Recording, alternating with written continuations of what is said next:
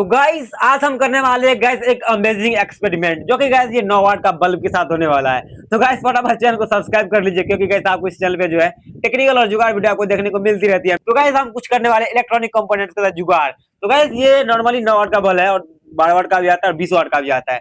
तो गाइस इसको हम घर में जो लगा हुआ देखेंगे गाइस, ये घर में जो लाइटिंग काम आता है। तो गाइस इसमें हम जो है ये एसी पे चलता है ना कि डीसी पे चलता है। तो गाइस आज का हम एक्सपेरिमेंट में यही करने वाले हैं कि गाइस इसको हम डीसी यानी कि गाइस जितना हो सके छोटा बैटरी के साथ उसको हम ऑपरेट करने वाले हैं। तो गाइस फटाफट चैनल को सब्सक्राइब कर लो यार, क्योंकि गाइस सब्सक्राइब बहुत जरूरी है गाइस। गाइस आप लोग वीडियो को जो है कंप्लीट देखते नहीं हो गाइस, वीडियो को लाइक सब्सक्राइब करते नहीं हो।